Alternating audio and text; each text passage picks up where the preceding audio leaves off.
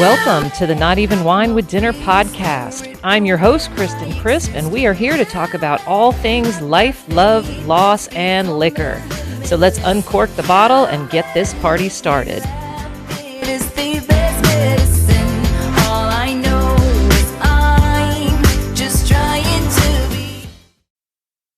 Well, hello, everybody, and welcome to the next episode of Not Even Wine with Dinner. I want to say thank you guys for being here and for all your feedback from last week's episode about the stages of change. I got some really great feedback, and I look forward to having a workshop in the near future. So I will keep you guys posted on that. But let's get cracking on today's topic. And the topic today is a quote: "You drink normal," or "You drank normal." And the reason we're talking about this today is because when I started on my first sobriety journey, and I say first because this is my second time being sober, I fell off the wagon after 6 years of sobriety, and this is my second round. So the first time, one of the things I heard a lot when I was telling people that I stopped drinking was, well, why did you quit? Or why did you need to quit? You drank normal. It wasn't you drank normally, but it was always you drink normal or you drank normal. And there would be a face accompanied with it, like you drink. If you're not watching, you can't see me, but there was always like why'd you quit drinking? You drank normal. And I've always found that to be fascinating because I don't think there really is a level of normalcy when it comes to drinking alcohol. I know that that's going to cause a stir because there are people who can have a glass of wine or a beer here and there or, with dinner and be perfectly fine.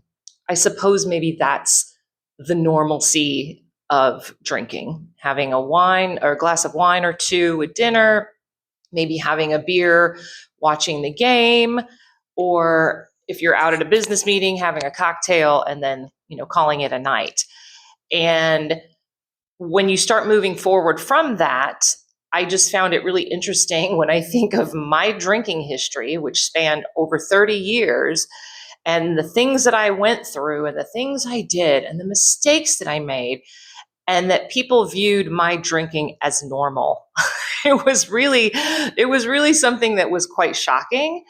And people were like, oh, did you have a problem? Like they thought that I was like hiding out drinking and waking up and rolling over and chugging from a fifth of vodka, which that was not me. So I think that's what's so important about my specific type of drinking, because of this whole thing with normalcy.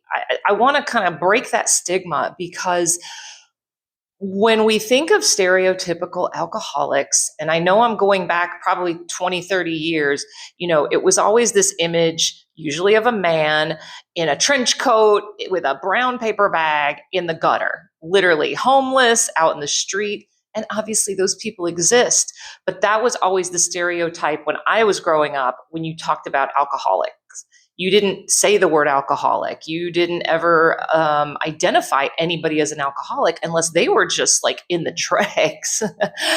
And that's not the case. It never was the case as far as what we would consider an alcoholic, but it was what the stereotype was. And so it was what people assumed an alcoholic looked like. So basically, you don't need to be in the gutter to be an alcoholic. It's just a very old stereotype. And I want to break that. So I'm going to talk about my normal and kind of where it started, what it looked like. For anybody who's not followed me before, or maybe just hasn't read a lot into my stories, I started drinking at 13. And when I say drinking, I don't mean I was drinking and getting drunk every weekend. That's when I started experimenting with alcohol. Past that whole, hey, can I have a sip when I was a child? If my parents had a glass of wine or a beer, past that. And I started experimenting with alcohol around 12, 13 years old with some of my friends in junior high school, where we were in a situation, we didn't have a lot of supervision at their houses. So we would be able to access it, or we would, kind of sneak around in the liquor cabinets and take sips here and there because it was intriguing. And once I started doing it, and then maybe making jokes with some friends and getting a few laughs, I started getting attention that I was craving. I had a lot of self-esteem issues from being bullied. And after we moved across country, we did a family move that really devastated me for a lot of reasons. And so I started experimenting at a young age. It helped my self-esteem because it made me cool. It didn't make me cool, but I thought it made me cool. I thought, hey, if I do this with these people, they'll look at me as cool and I'll be accepted. So it was always about acceptance when it started. And then rolling through high school and college, that just continued. Excuse me, that just went on through, high school football games and getting together on the weekends and sneaking around, especially because when I was in high school, it was in the 80s and the drinking age was still 19. So we had friends, or my friends had friends who were older and could get alcohol for us. Also, because I'm 5'10" and I had reached that height in high school, for some reason, if I wandered into some like really dodgy liquor store or like a dodgy convenience store in a bad neighborhood, because that's where we'd go, I would walk in and pick up a bottle of Tickle Pink, which is so nasty, or some California Coolers, and wouldn't get carded. That was all very by the wayside at that time. We were pretty, I don't know, we were pretty free. Again, I don't want to like throw in the whole Gen X thing, but that was Gen X. We had a lot more access than most people do today. So it was easy for me to get beer or wine or whatever. And then college, forget it. College is just one giant frat party, especially when you're in a town that doesn't have anything else to do but drink. So I just drank. And when I got into college and I got my first year at being at a university, my only year at a university, I really honed in on that because my looks had started to change. I was getting more attention from the boys, and it just helped. It helped with liquid courage. It helped with being accepted. It helped dance. It helped do all the things that gave you attention. And then it just became a consistent part of my life.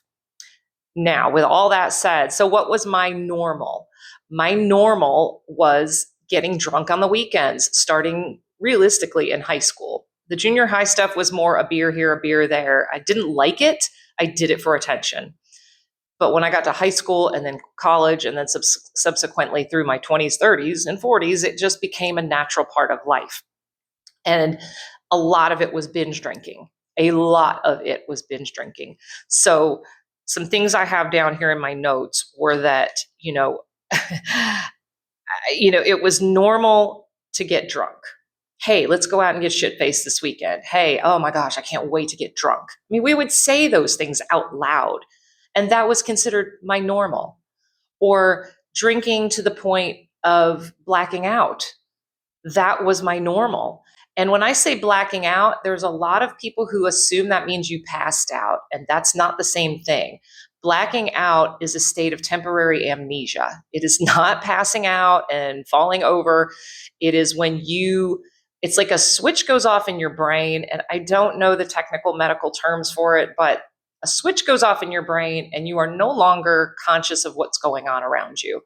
So you have blacked out. You are in a state of amnesia. And if you ever wake up from drinking and can't remember what you did the night before, you most likely blacked out. And I had a therapist once ask me, have you ever blacked out? And I was like, oh yeah. She said, how many times? And I said, oh, I don't know. A bunch. Like I couldn't count, like countless. I don't know. She said, you do realize that is not normal drinking. Have you ever thrown up? Have you ever had a hangover? Oh my gosh, yeah, countless times. That's not normal. That is not normal drinking. So those things came to be part of my normal. I would have missed days where I would be so hungover that I would either have a migraine or I would just be hovering over the toilet, throwing up all night or all day, and I would miss a day. I have missed days of work, not a lot, but I have missed days of work.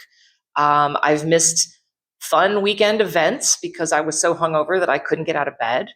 I missed taking my mother to a Tony Bennett concert for her birthday because I was hungover and I had to just tell her it was a migraine. Of course, the migraine tended to start accompanying my hangovers as I got older, but bless her. And she's looking down at me going, I didn't know that. I had to convince my dad to take her instead. That's not normal. But all of these things were my normal. And that became a problem for me when people started saying things like that to me, saying, well, you drank normal. And, if these sound reminiscent of, what you're experiencing with your drinking, then you might have an alcohol problem. And, another thing is when you wake up in the morning and you might still be drunk, when you wake up and you're still lightheaded, when you have those moments of guilt, regret, forgetfulness, concern, worry, or you look around and think, where am I? Who are you? What did I do? Where is my car? Why are my keys hanging out the front door? You might have a problem. That is not normal. And especially when you're younger, I think that becomes like a joke. It becomes funny. And it's funny to everybody else, but it's not funny to you. And I know I'm resonating with somebody out there that's listening to this because it was me. And this started in my 20s. Probably even when I think about hangovers, I would say the first really bad hangover I ever had was when I was at Texas Tech University for my 1 year and I drank screwdrivers. I've never touched one since, orange juice and vodka. I got really sick. That should have been the point in my life where I said, oh, I can't do this anymore. All I did was say, I'll never drink screwdrivers again. And I didn't. Maybe I should have said I won't drink again, but I didn't. So hey ho. But if you have any of those feelings, you really need to sit back and reflect because this is what's happened in society. Clearly, there is a bigger sober curious movement going on, thank God. But there are still a lot of people that think all the things I just described is considered a part of normal drinking. And especially when you're younger, it becomes very difficult when you're in your 20s and 30s even to quit drinking because of the peer pressure. That's a whole other topic. I'll cover it another time. And, or you know what, go look at or listen to my podcast. I think it's number one or number two. No is a complete sentence. I cover it a bit there. So if all these things sound familiar to you, I really want you to take this to heart, that it's not normal. And before I move on, let me also say, when somebody says to you, why would you quit drinking? You drink normal, or there's nothing wrong with the way you drink. This could be because what they're doing is they're reflecting. They're looking at you, especially if it's somebody you're close to that you drink with, or that you've drank with a lot in the past. And now what they're doing is they're seeing themselves in a mirror and they're thinking, holy shit, if she thinks she drank too much, or if she knows she's drinking too much, maybe I have a problem. Maybe I'm drinking too much. And for some people, they may, going back to my stages of change from last week, they might be in that first stage, which is pre-contemplation, meaning they have no interest in quitting. They don't think they have a problem. And then it becomes more difficult. And what it might do is throw them into stage 2, which is contemplation. And then they'll start thinking about, maybe this is something that I need to look into, or maybe I also have a problem. So take that to heart. All right, so I want to move on to some of the tests. Like there's a ton of online questionnaires, and they've gotten broader over the years, or I guess I should say more narrow over the years. It used to be they were much more broad, like, did you do this? Did you do that? Now I think there's like a list of 10, and it depends on which organization you look up, but just look up, how do I know if I'm drinking too much? Or what are the signs? Or what are the qualifications for being an alcoholic, which now they call alcohol use disorder, not alcoholism. And I don't know, that just feels a little bit lighter to me. Nobody wants to be called an alcoholic. They want to say they have an alcohol abuse disorder. It sounds more clinical, I think, but whatever works for you. So some of the questions, I'm just going to go through some of them. I'm not going to read them all. But let me just get cracking on these. Okay. Have you had problems connected with drinking in the past year? I mean, that's pretty broad right there. Do you drink heavily when disappointed or under pressure? I want to throw a little side note in there. Think about the reasons you drink. And again, I'm not referring to the person who cannot get through the day without waking up and going to bed drinking. I am more or less talking about the person like me who drank normal and was the weekend binger, or, you start having a drink or two after dinner and then it keeps going maybe to 3, 4, 5. And then before you know it, you're like, wow, I'm pretty tipsy. And it's becoming a steady issue. And you maybe are thinking, I should really cut back. I should really think about stopping. Those are also keys and signs for you. So why do you drink? Because we drink to celebrate. We drink when we're sad. We drink when we're stressed. We drink when we're happy. I mean, it becomes this constant where we don't really even need a reason. So again, the question was, do you drink heavily when disappointed or under pressure? I mean, I did. You get stressed, I want to drink. Have you ever felt remorse or guilt after drinking? Oh my gosh, that's a loaded question for me. Have you wanted to cut back for a while or made unsuccessful attempts to do so? So if you've said, I'm not going to drink for a couple weeks, and then you decided, screw it, or even I'm not going to drink again for 3 days, and then the next thing you know, that night you're like, oh, screw it, I'll just have a beer. That's a problem. Have you driven under the influence? Good Lord, I'm embarrassed to say that I have heavily drank and driven drunk a lot in my youth. It's really scary when I think about it, and I'm mortified and embarrassed and regretful for doing it. And I hope you don't do it. And if you do, we now have Uber. Find a designated driver. Stay where you can, because you're not only putting your own life in jeopardy, you're jeopardizing the life of others. And when I hear stories of people getting killed from drunk driving, it just breaks my heart, especially when there's children and families involved. I mean, I guess anybody that gets killed by a drunk driver, it affects a family. But, it happens to children, which is just horrible. Okay. Have you blacked out? Or maybe friends said you didn't pass out, but you don't remember what you did. That means you blacked out. So I really want you to just think about these things. And does that sound like you're normal? Because, my friends, it's not normal. If you have any doubt about your drinking, chances are it's not normal. If you question it, if you think about it, if it weighs heavy on you, then chances are it's not normal. And it's something to look at. It's something for you to talk to a friend about, talk to somebody in confidence. There's plenty of resources. You can always go to an AA meeting. If that doesn't sound like your flavor, then we now have Google. I didn't have Google. I didn't have the internet growing up. So the only way to look anything up was looking up Alcoholics Anonymous in the yellow pages. That's how old I am. I'm yellow pages old. I just feel like I want to wrap this up by saying, my sister, who was very educated, very intelligent, had a master's degree in social work, had executive level jobs, her drinking was always normal until it wasn't. And when she hit some traumas in her life that were very intense, her drinking that was quote unquote normal, which it wasn't, it was the same as mine, it ramped up and it eventually killed her. It cost her her life because she couldn't get out of it. And we didn't know how bad it was because she was trying to hide it. Well, she was hiding it. We knew she was drinking a bit, but we had no idea.